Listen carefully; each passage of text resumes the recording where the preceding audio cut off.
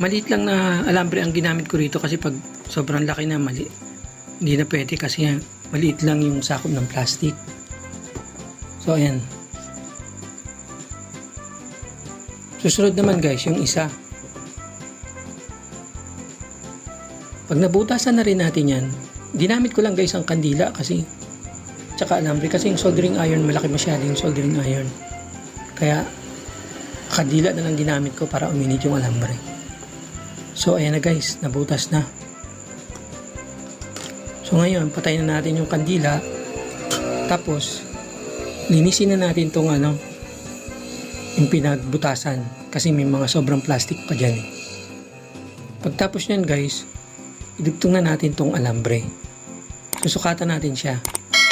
Sukatan natin So guys, sukatan natin yung haba. Yung patlang nilang dalawa.